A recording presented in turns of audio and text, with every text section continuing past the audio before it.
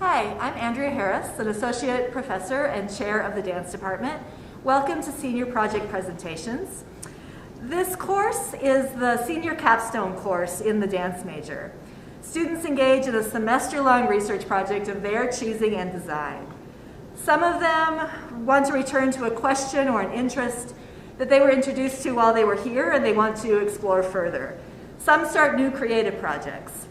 Some students look back over their time as an undergrad in a more maybe summative way with an eye to the future. Some projects build bridges between dance and another major or discipline. And some students do projects that give back to the dance department in some way, whether that is to address a current topic or issue from a present standpoint and look into the future from a student-centered perspective. I'm always impressed by the range of interests in the final results, and I hope that you will be too.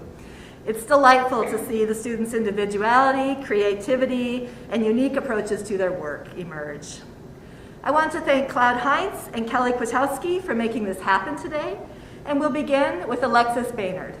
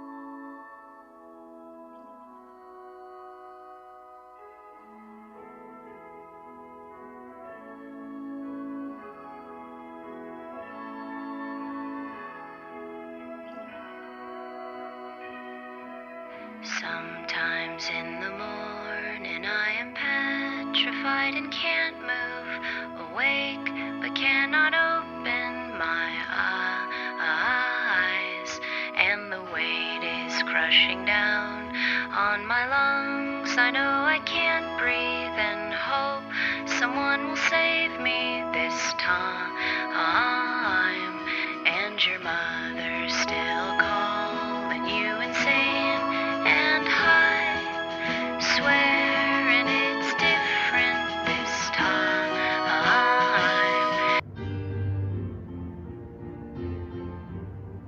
And you tell her to give in to the demons that possessed her, and that God never blessed her inside. Then you hang up the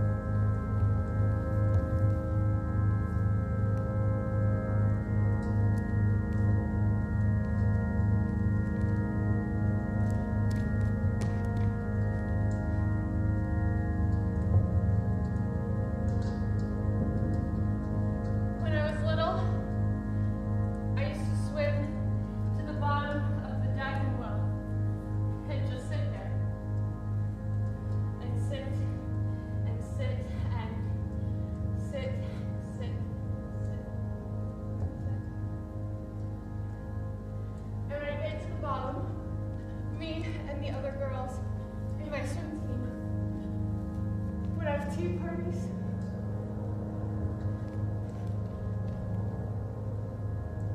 But I had to quit swimming so I could dance competitively.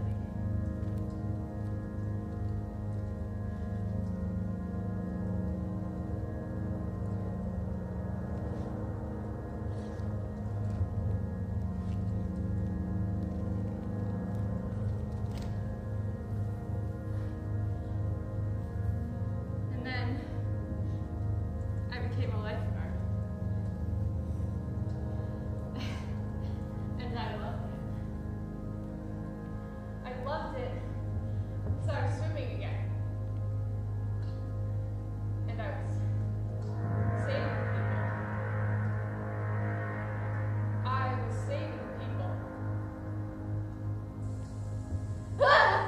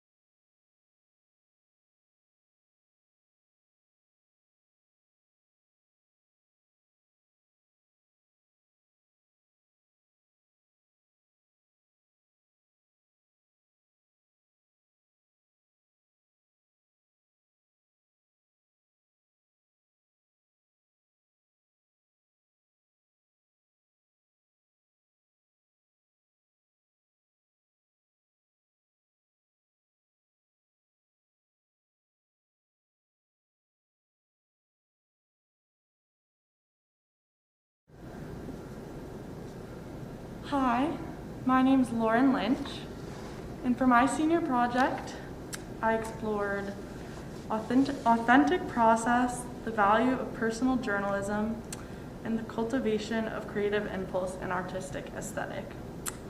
I titled it,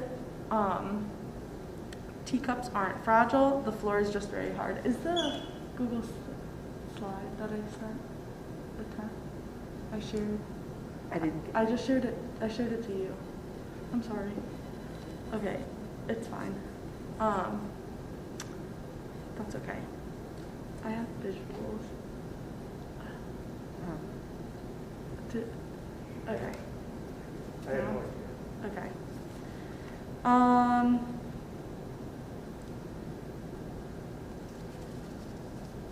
sorry. Can I pause? Sure, can we pause?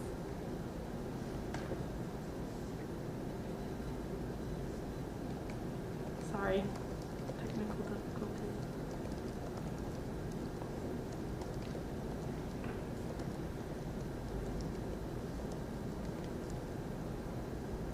Okay.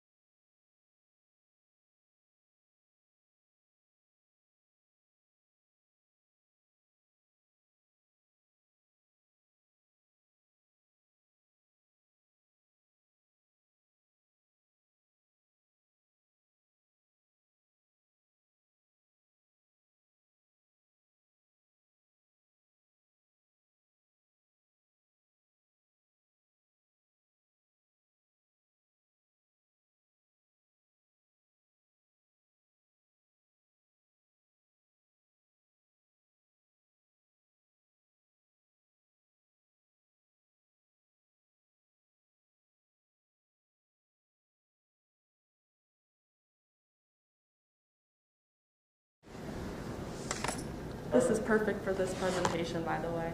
Okay. Is it live? Yeah. Oh, hi again. Sorry about that. So my presentation is called Teacups Aren't Fragile, the floor is just very hard. Okay, next one.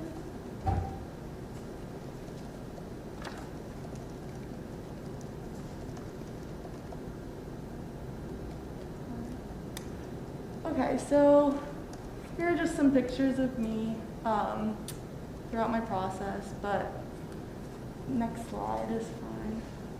Oh, I do it? Sorry. Okay, so this is my desk. It's always very clean. A clear desk means a clear mind, free of clutter. I'm kidding. If you can't tell already, I'm pretty messy sometimes. This is actually what my desk often looks like. It can be really overwhelming.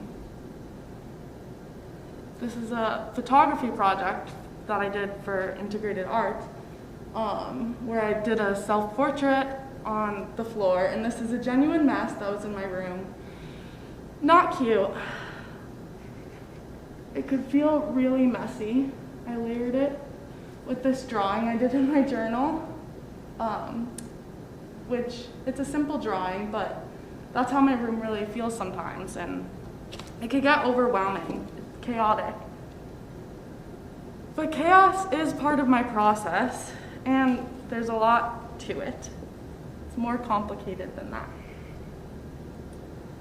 It was making a creative drought for me for a while, which is why I wanted to start to look into maybe how I could cultivate it more.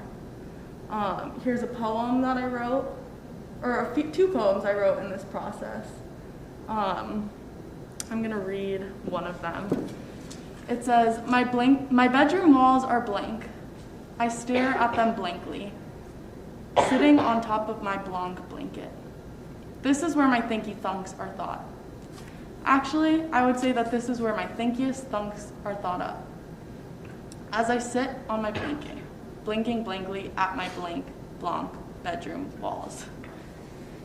So it's kind of a silly poem, but it was really emulating this idea of like, I was having all these thoughts, but there was this feeling of like lack of productivity because I wasn't organized the right way.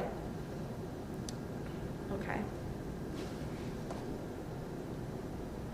How can I craft my chaos so that I don't feel like this guy anymore? And this is the doodle I did where I titled it, I Have a Lot on My Mind. This book phrased it pretty well. In fact, something like an artistic look at reality was needed to remind scientists that most phenomena under nature are not described adequately if they're analyzed piece by piece. The realization that a whole cannot be attained by adding up isolated parts was not new to the artist. For many centuries, scientists had been able to say valuable things about reality without going beyond relatively simple level of reasoning that excludes the complexity of organization and interaction. But at no time could a work of art have been made or understood by a mind unable to conceive the integrated structure of a whole. So the reason I put that there is because that stood out to me years ago from this book that I was reading. And I like, in particular, the idea of the complexity of organizations and complexities. There's, in these big systems of our body, things are interacting chaotically and spontaneously. And sometimes breaking it down makes it more organized, but there's also a beauty and a more overlying picture in the chaos. Okay, so this is a quote I got from my integrated arts class, and I put it on my wall, so it's kind of been watching me make all this art this semester as I worked to craft my process. So working hard within an environment that is conducive with creativity. So I clean my desk more often now, and I try to cultivate a space that is productive for me. I also got a pegboard, so all my arts and crafts can go on the wall, and I feel like I use them more because it's there. I'll come back to the second part later. So process and finding order in the chaos. How? My brother says, if you want to learn something, buy someone a cup of coffee and ask questions.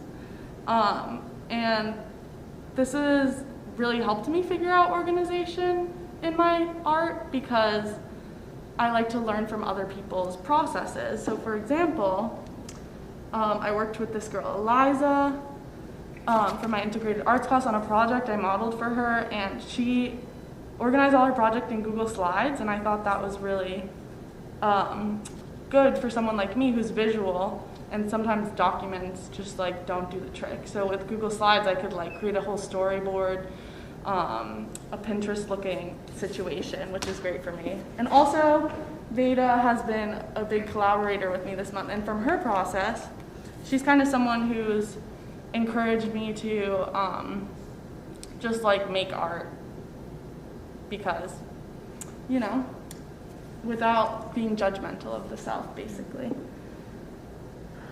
Okay, this other guy, Simon Apoli, he came to my integrated arts class and talked to us about his process making documentary films, and I really resonated with him because he talked about how he uses a journal big in his process and how the process ends up becoming the product because of that, and I really resonated with that. I felt like I had all these archives of my journals from years, and I loved the way he was using it. And he says, I use them as a way to collect my thoughts and record whatever catches my interest or spark an idea. There is physicality to keeping scrapbooks that throws up new ideas, associations, and narratives. And I thought this was really true, and something, big part of the reason I've been drawn to it all these years. So, and that's one area where I'm actually quite organized, is in my journals. All my journals from over the years has a spine sticker with like the year and month. And so I wanted to expand the way I treated my journals to other parts of my process, essentially, because like I treated them really carefully and organized, and so I've been trying to figure out how to expand upon that through the journaling process, photography, Google Slides, and then fleshing it out and layering the mediums. So back to this quote, the layer ends up, the meaning, even though it seems really chaotic for me right now, once I'm able to dig in to the little parts of the systems, then I'm able to tie the threads and I step back and it's something that wouldn't make sense just looking closely, you know? And I start to sense that when I'm cultivating all this stuff. Like it slowly starts to there's slowly threads between each story. And yeah, I've been really trying to work on putting myself in the position where that becomes as easy as possible or quicker, because it was just starting to pile up. Yes, so that's where the proprietus space and time convergence comes in, which has been sitting on my wall, and I also really love that. I actually don't remember who says this, but when you're able to be in the right space in the right time, that's when you find those serendipitous coincidences that like tell you the story, and like you're like, oh, that's what this has been about the whole time. So like putting yourself in the right space or putting yourself to be in the position to be in the right space in the right time. Yes. Which it's still a process that I'm learning how to do, I will say. It's still a journey. Okay, so I wanted to show the film. It's only like 4 minutes.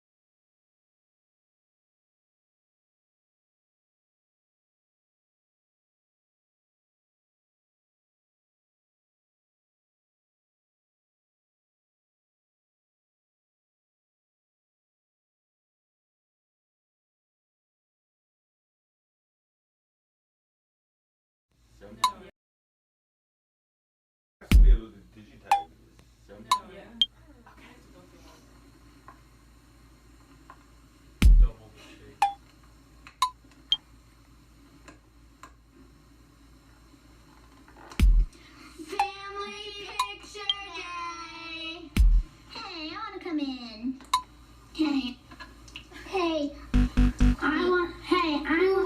who wants to have a picture of our family night? Hey, cheese! Cheese! Good job.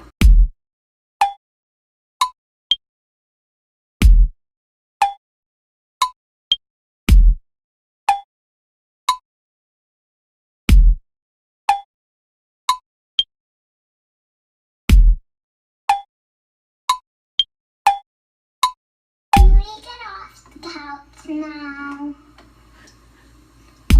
No, you're not allowed to get off the couch, sweetie. You can get off the couch. Wait, you can get off the couch. Can't. Can't. Can't. Can't. Can't. Can, and that's final.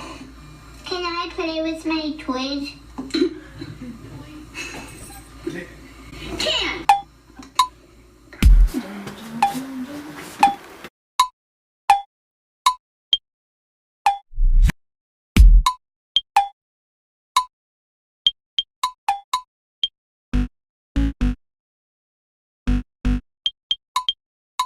Also the sponsor of this video, which is Omaze, and if you don't know what Omaze is, it is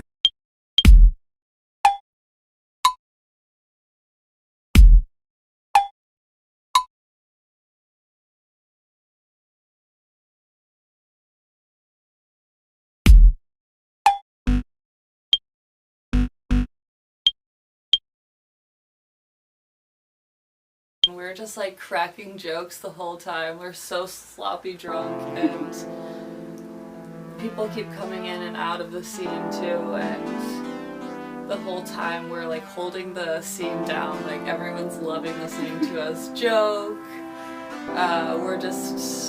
We're being slap happy drunks, kind of killing the scene and Crushing it. And I think later it's like at the end of the night we're in a booth alone and we make out, and it's like so hot and so steamy, and like it really felt real. Like Really? That's funny. It felt good, and I think that's when like really had come through the door of the restaurant, and then like saw it, and I would have to think if there's more if I woke up. But Are you in your pajamas? Yes.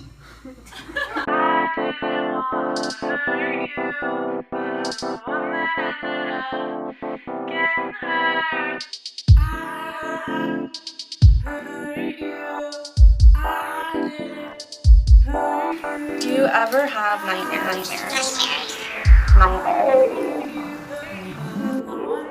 Nightmares. yes. Yes.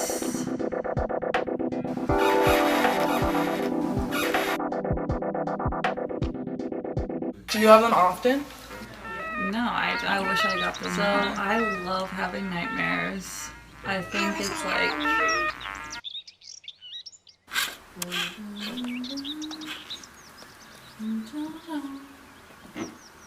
waking up with that like beating heart is like the scariest, most like real rush. And I love that feeling. Just do it again. Okay. I'm gonna get I wish I got them more. different. With like some beaches maybe. Yeah.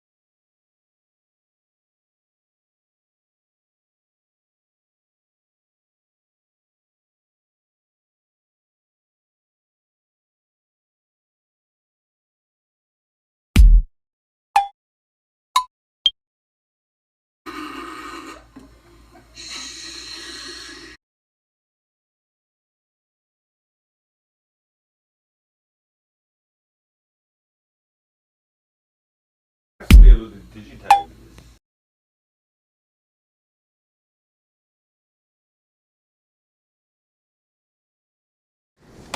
Okay, so that was a collage of projects that I've been working on, and then just like archival footage. I've been trying to find connections between dreams and your house and this dollhouse, and I haven't quite threaded all together yet, but I have more video projects that I'm wanting to insert into it. I'm thinking of like putting each video in a different room in that dollhouse somehow, and there's definitely some meaning behind that in terms of a lot of my work focuses on like past, present, and future and how they all interact, and this like nostalgia. So it's definitely still a work in progress. I did the sound design and the videography and directing, but yeah, so basically just my process is cut, copy, paste, rearrange, revisit, save for later, but try and stay on top of it for sure.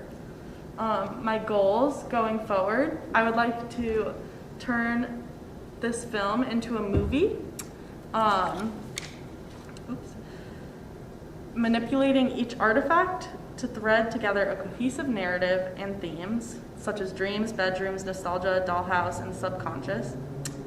I want to develop the dream narrative for Kate. She was like telling me about a dream in that, but I think some of that was lost as I edited it further, so I need to work on that. And presenting this idea of transcending from the subconscious to the present experience. And my biggest project that I want to do this all for is to make some sort of website, art collective, or blog, where I could put all this stuff and also like share art of other artists from our generation. But that is all. Here's some of the links that I had. Yes. Thank you.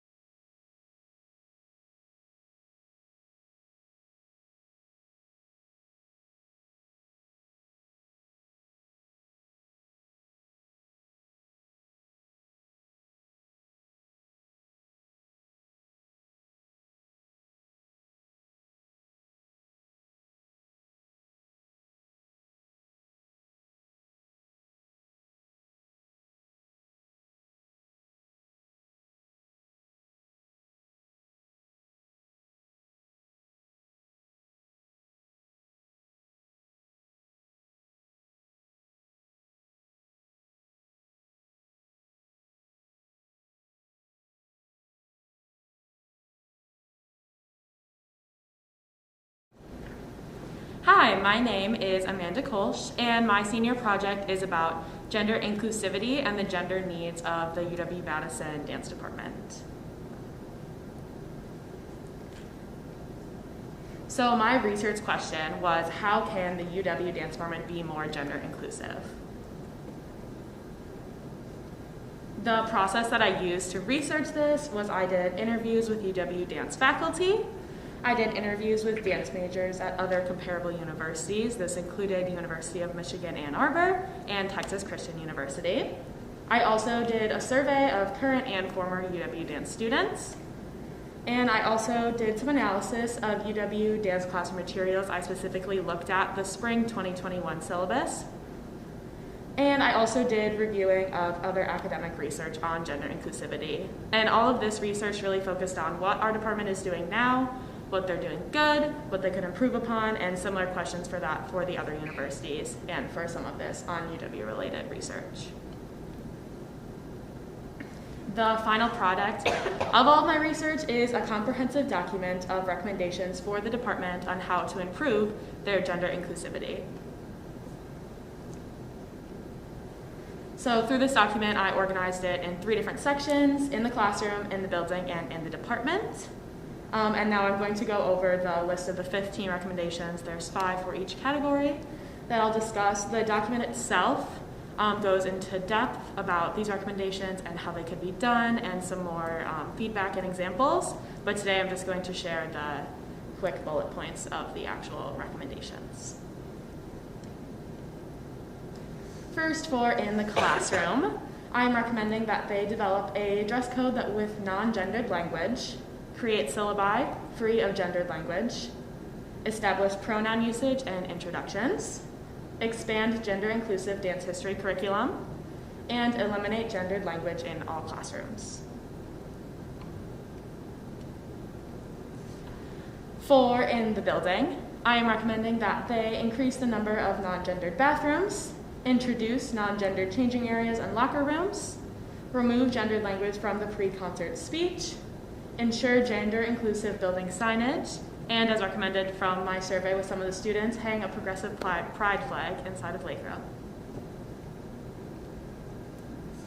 And finally, in the department, I'm recommending that they include an inclusivity statement on the website, social media, and in all syllabus.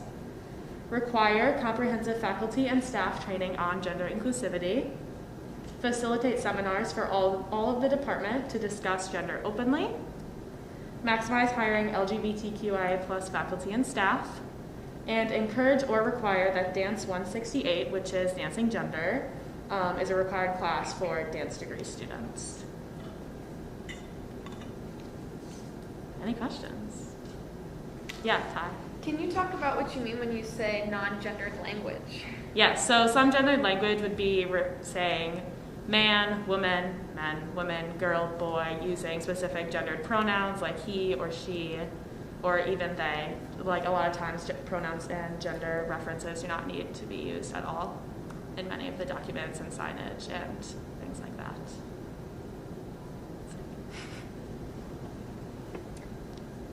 Amanda, can you talk a little bit more about what you learned from speaking with students at other universities? Yes.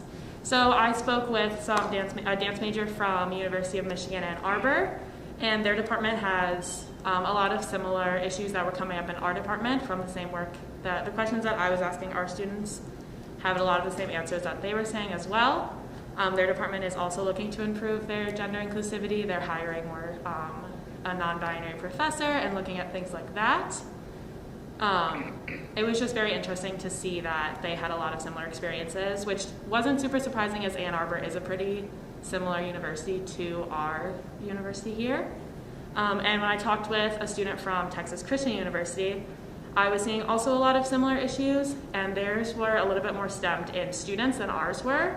A lot of the problems that I was talking about and my University of Michigan interviewer was discussing was more related to staff, faculty, and things like that. And at Texas Christian University, a lot of the problems did stem in the student body themselves and the area, since it is more conservative than Madison or Ann Arbor. Any other questions? We've got a bit of a delay in chat, but I don't have questions here yet. So maybe when you sit down, there'll be some. Sounds good, yes. I'll keep looking at it. All right. Thank you, Amanda. Thank you.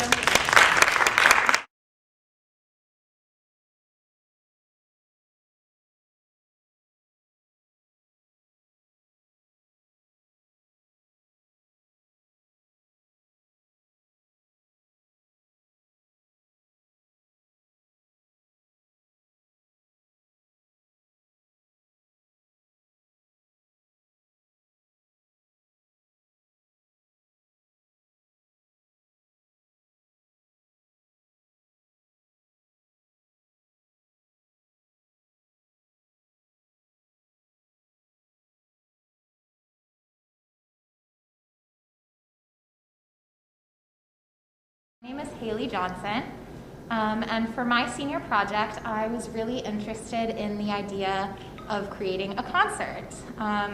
Due to COVID this semester, we have not been able to have any live concerts with the dance department. We've had some wonderful live stream concerts that have been really great, but we've really missed out on that live performance aspect of things. So I wanted to create a concert that could be performed live in front of an audience. So the first thing that I had to think about obviously was COVID safety. I pretty quickly concluded that it should be an outdoor concert, especially because I want it to be free and I want people to be able to just sort of come and sit down without any sort of RSVP. And in order to do that, it definitely needed to be outside. It couldn't be an indoor space. So the location that I've chosen is Library Mall. We can't reserve space until 3 weeks before the performance, which is a little anxiety-inducing, but there's lots of outdoor spaces in Madison, so if I can't reserve that space, I'm sure that I will be able to find a different space downtown. I've chatted with a lot of the people who do the outdoor space reservations, and they said that I should be fine. So I'm hoping that that will all go well. I decided for seating, I found some chair rental places, and I want to do sort of like 2 at a time folding chairs with 6 feet of space in between. So that way people can sit with whoever they came with, but then also be socially distanced from other audience members. Unfortunately, I can't require people to wear masks because it is an outdoor space, but I'm going to highly encourage it, and tell people that are there at the performance that it is respectful to wear a mask. And my dancers will be wearing masks except for solo work. So yeah, that was sort of the logistical stuff I had to figure out. I found a colleague who's willing to lend me Marley, which is for the non-dancers, the stuff that you can dance on as a dancer, and also a speaker. So all the logistical stuff was pretty much worked out. And once I figured that stuff out, I decided that it was time to start casting and choreographing. So I have 6 dancers in my concert. Trying to choreograph a full-length concert with 6 dancers is definitely tricky, but we're making it work. My dancers range all the way from freshmen up until seniors who have already graduated. My dancers include Cindy Stefanek, Grace Stuckey, Olivia Brunn, Sarah Langdon, Cecilia Monroy, and Shayna Valianos. So shout out to all of them. They've been working extremely hard throughout this entire process, and I'm very grateful for my cast. I also have Katrina Quirk assisting with choreography. They've been being sort of a rehearsal assistant and putting things on the Facebook page that I forget to post and keeping stuff organized. And they've also choreographed one of the pieces in the concert, which is a really beautiful piece. I wish I had time to show you that piece as well, but unfortunately I don't. So far we have 5 pieces that are in progress or have been completed. The first piece is the ensemble piece. You're going to see sort of 2/3 of the ensemble piece. There's 2 pieces of music, so you'll see the second half. And in this I was sort of exploring this like sarcastic interpersonal relationship that I have with a lot of people in my life, particularly romantic partners, and this sort of like back and forth sarcastic tone. It's also a tone that I like to take in my choreography without creating something that's completely satirical. I don't want it to be like a complete parody, but I want it to have sort of these sarcastic underlying tones while also being able to be looked at as a serious work of art. So I don't know if I accomplished that. I tried my best and I made something, so that's all that really matters. Yeah, so that is the piece that you'll be seeing a piece of, and it has all 6 dancers in it. The second piece that I've choreographed is a duet. This one will hopefully be finished today, right after this. And this is a duet with Shayna and Sarah, and it is a jazz duet. There's not really much to say about it, besides that I wanted to have fun and do a jazz duet. So that's what I did, and it's fun. The third piece is choreographed by Kat, and this is a duet between Cindy and Sassy. And it was inspired by Kat's opera performance experience. So the music is actually an opera piece that Kat has sung before, and they challenged themselves to create a duet to it. And it's really beautiful. I just watched the completed piece last night, and it was lovely. So we have 3 pieces that are pretty much completed / are completed. And then I have a solo that's more of a personal exploration that I'm working on finishing up. And then there's also a quartet that is the piece that needs the most work. But we have a little over a month, so I'm feeling good about where we are right now. So that's 4 pieces choreographed by me, 1 choreographed by Kat, and then we also have a guest performance by Madison Contemporary Dance, which is a contemporary dance collective here in Madison. It's owned by Sarah Ross, who is also helping me out with the Marley and the speaker, so she's really lovely. And me and Sarah are both a part of it. So they're going to be bringing one of their pieces that me and Sarah are not in. And they're going to be performing that to sort of break up the concert a little bit. So all in all, there will be 6 pieces. The tentative location is Library Mall. And the performance will be on June 18th and 19th, Friday and Saturday.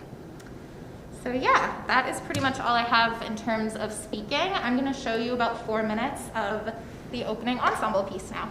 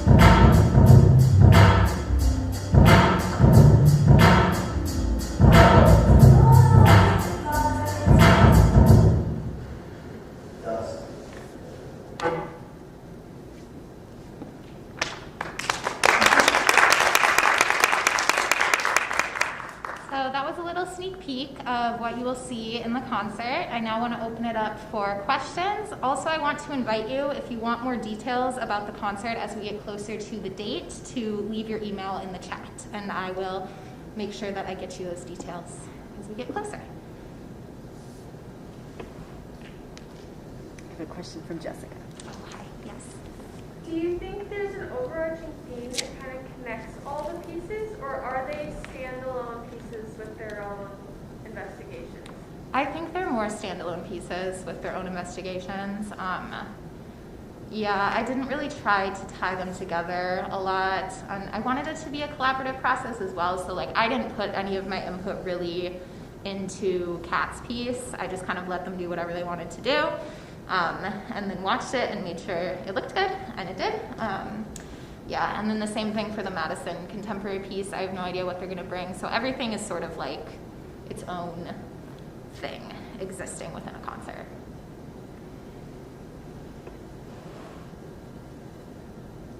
How does this fit into your future plans, Haley, or does it? Oh, wow. Well, I do really want to teach dance as I get older and hopefully work with I really do like working with people who are my peers rather than kids. Most of my experience has been working with kids.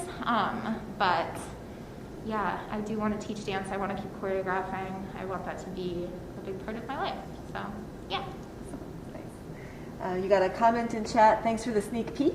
And you've got an email address to add to your list. Cool. All right. Thanks, Haley. Thank you, guys.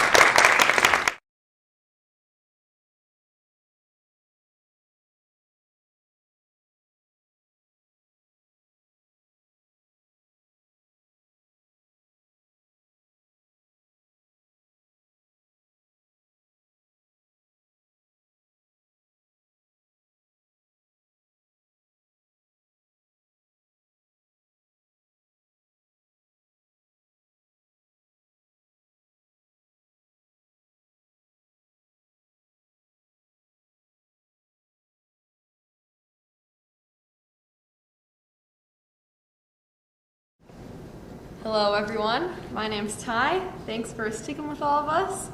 My senior project research includes planning an immersive screen dance installation, which is quite the mouthful. So, first, let's define some of these terms. What is screen dance? For me, I define screen dance as combining choreographic movement and film as equal collaborators, so they become the same part of one artistic whole.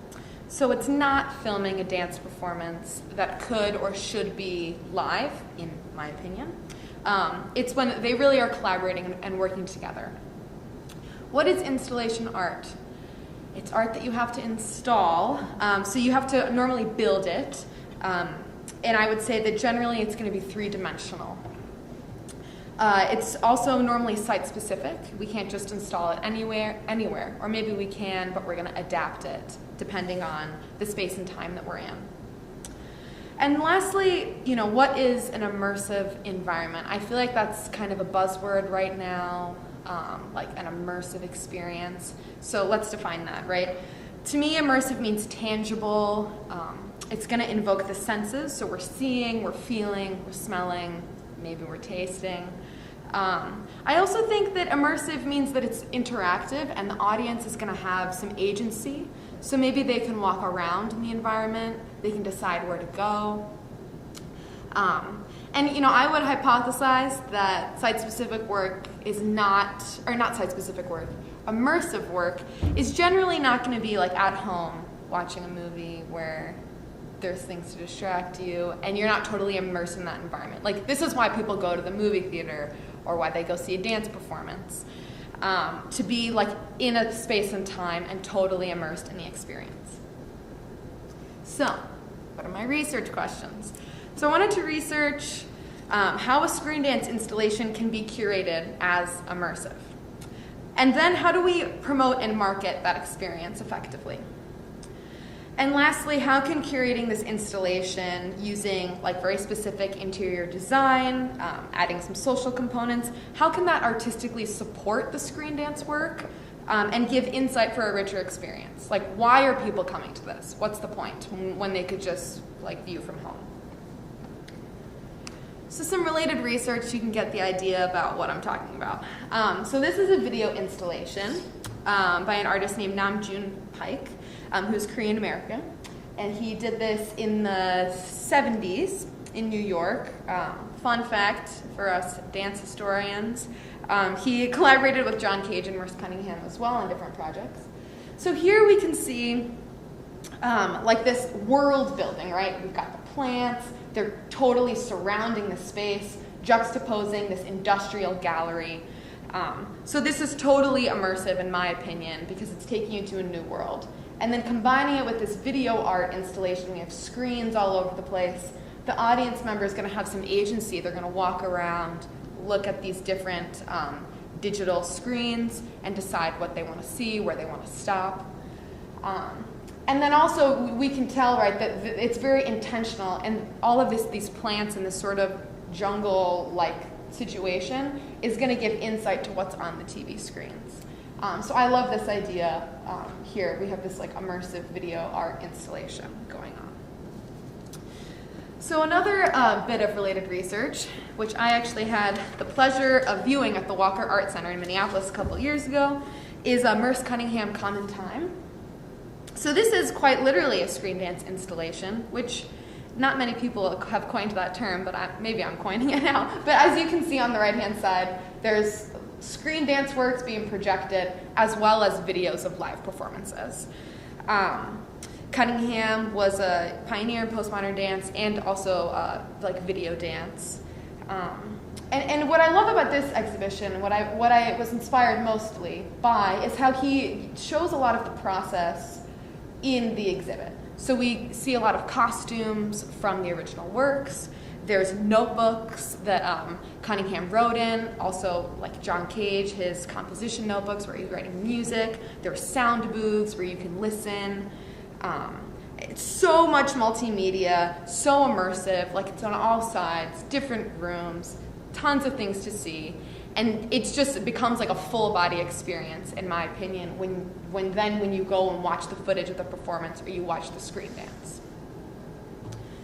So, what am I making? What am I screening? I was really lucky to receive the Senior Honors Award in Dance, with which I am directing, choreographing, and editing dance theater work for the screen, which is in progress at this time. This photo is of me in that work. So when the work is finished, it'll be about an hour max, evening length work. It's made up of 6 vignettes, and this will come back when I'm talking about how I'm installing this installation. So there'll be 6 solo vignettes, each about 5 to 10 minutes in length. The genre I'm working in is dance theater, which means that, to me, that means that I'm working with a lot of narrative, character development, very site-specific, if not involving sets, props, lots of dramatic tension, and some pedestrian movement as well. And I'm also researching collaborative generation of material, which is newer for me. I grew up with a lot of top-down, like authoritative choreography settings. So I'm researching how to collaborate with my dancers and with my musician, and with my cinematographers and my crew too. It's just a whole collaborative process. So that looks like a lot of improvisational tasks and prompts to generate ideas. And when I come into the space, I don't know what the vignette's going to be about, but we figure that out together. And that process-oriented bit is important because the exhibit that I'm making is going to reflect that. So how am I going to pay for this? I did get some money with the Senior Honor Award, which I was able to budget some for this project. So here's just a rough estimate. $150 for the installation design, which is not much, but I have a way. $100 for beverages, COVID permitting, for opening night, if that's allowed. I'm going to make some posters, and then I have some money to pay a photographer, and then a DJ. And I also want to say that I choose to pay my collaborators across the board, which means there's just less funds to go around, and by no means is this adequate pay. It's just the situation, and I try to be transparent about that when I can. So here's the Art Loft's backspace gallery, which I have secured for $0. And it's 2 rooms. So you can see here, this is the main room. It's humongous. But if you see on the orange, there's a little orange door. And there is an entryway as well that I could not find a picture of. And I'm not allowed in the space until the week of the performance. So a lot of this is theoretical. And there's also 2 garage doors that face outside, and they like open up to this little cement porch. So we might be utilizing that too. So here's my amateur drawing of the gallery and how I might design it. So on the bottom of the page here, you can see where the beverage stand would be. And then I would have a little plaque that says who I am and what this exhibit is about. And then another little wall where I would have pictures of all my beautiful collaborators and their bios. And then you would walk in, and the projection would be on the far left-hand side on that huge wall with those little dots are chairs. And then these six places that I've sectioned out are going to be for the 6 vignettes. There'll be 6 installations for each vignette, varying in size and medium. So that's kind of my idea. But I also have another idea, which is pretty much the same, except that there would be a curtain that would separate the projection and watching the actual screen dance piece from the installations. And there's a couple reasons for that. One is lighting, right? It has to be super dark if there's going to be a projection. And number 2, for COVID reasons, I think this might be nice to separate out if we have to go in shifts. But hopefully by October, things will be a little more normal. Okay, so I'm going to use one of my vignettes that I'm almost completed with as an example of how I'm going to design one of these installations. So this is my dancer and collaborator Aki. In one of the vignettes, we call this section the kindergarten section because she looks like she's in the kindergarten classroom. So I want you to just notice some of the design elements here. So we have the tapestries in the background. We have a chair and tables. There's a chalkboard. There's some blankets. Really bright colors. And so my idea here is to use some of these sets and these props that I already have and incorporate them into the installation. So A, that's going to save me money, and B, it's going to give my audience more of a hands-on experience with what they're going to see in the film. So this vignette has 2 sections. So this is the Lonely Rave section, which not so much set here, but lighting is a really big part of this section of the piece. And also there's really intense techno music. So these are some elements, and I'm not going to give away the narrative because I want you to come see the performance, or see the screening. But these are the visual elements that I'll be working with for the installation. So I have some pictures on the bottom left so you can kind of see what we're looking at here. And then this is going to be in the corner of the room, right to the right of the entryway. And basically I'm just going to combine some of these sets and some of the lighting and make it like an installation that the audience can experience. So we have like the LED lights, the tapestries, we'll have the table and the chairs, like the rugs, and the audience can sit and like look at the composition notebooks that I'll have out about like Aki and I's process. They can go hide behind the curtain and maybe there'll be a surprise back there or something. And the fun part for the opening night is I also have secured a DJ, one of my close friends. So, and that really fits with the theme of this vignette. So we'll have a DJ as a part of this installation that the audience can interact with. But that'll just be for the opening night. So that's an example of how the installations might look, so they'll totally vary for each vignette. So how am I going to promote this? On the right-hand side here are some Merce Cunningham vintage posters that I absolutely adore, some inspiration for my promotion materials. So the biggest thing that I'm doing to promote this event is making it an event, right? So I'm having like an opening night screening, film screening.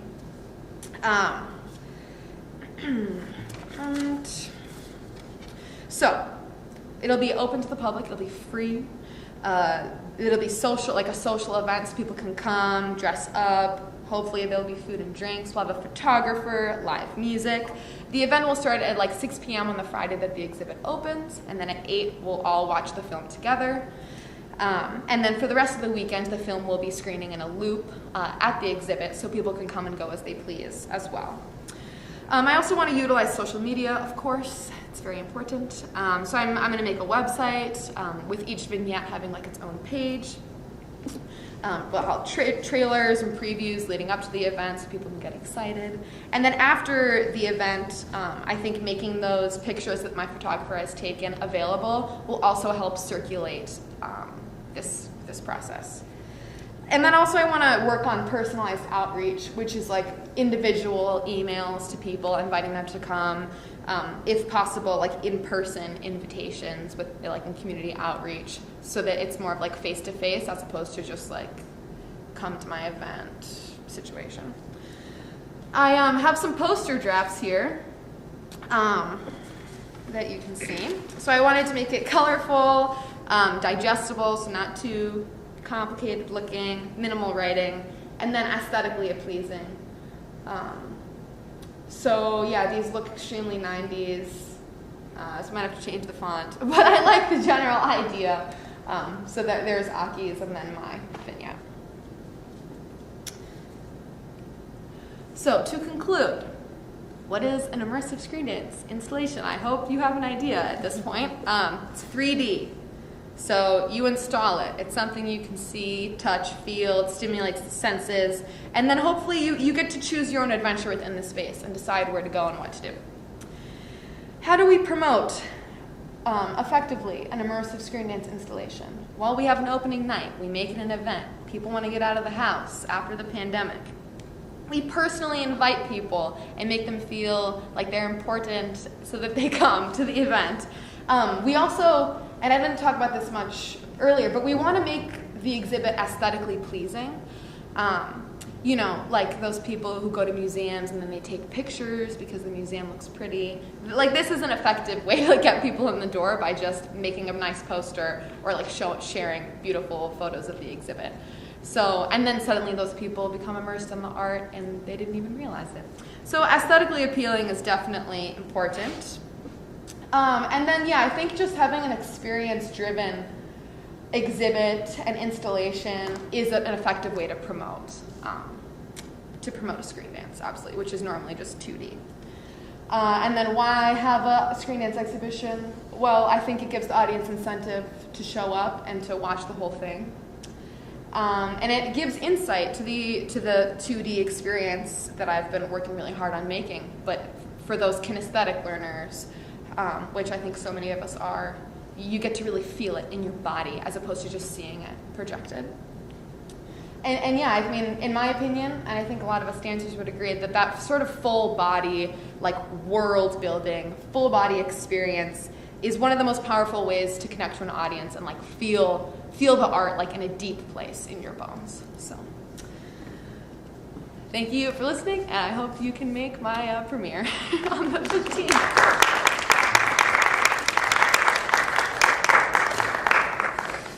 Any questions?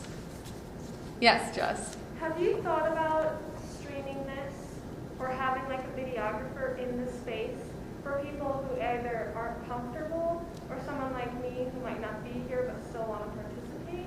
Yeah, sorry. Yeah, I think so. I think that I would release that later, like after the exhibit is over. But yes, I believe that is something I would like to do for sure.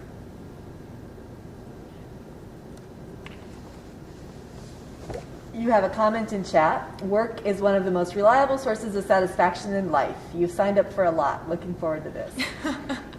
Yeah. Are there other questions? I have a question. Mm-hmm. It was interesting to me that you contrasted the immersive approach to some of your own training, which was more like external authority-driven approach to art or to teaching. And then you, of course, talked about Bruce Cunningham and John Cage a lot.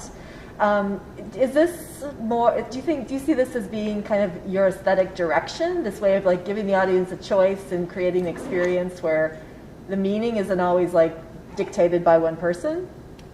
Yeah, I think that's where I'm going, but it's hard for me, I think. Like, it's not natural to me. Like, actually, collaboration is very hard, I think. It's so much easier to just, tell someone how you want it, or they tell you how they want it. But I think that this is where my passion is, and even though it is difficult and can be messy and thorny, that deep collaboration is where I'd like to go, because people just absolutely amaze me, and it's always so much better. I mean, this just happened with my vignette with Aki, like when she gives some of herself and like is able to have agency in the situation and let me and bring her own ideas to the table. Same thing with my the guy I collaborate with for music. Like, he has so many ideas, and I would never learn about those ideas if I had such a top-down approach. Even though maybe it would be simpler or easier or quicker of a process. But yeah. All right, thank you.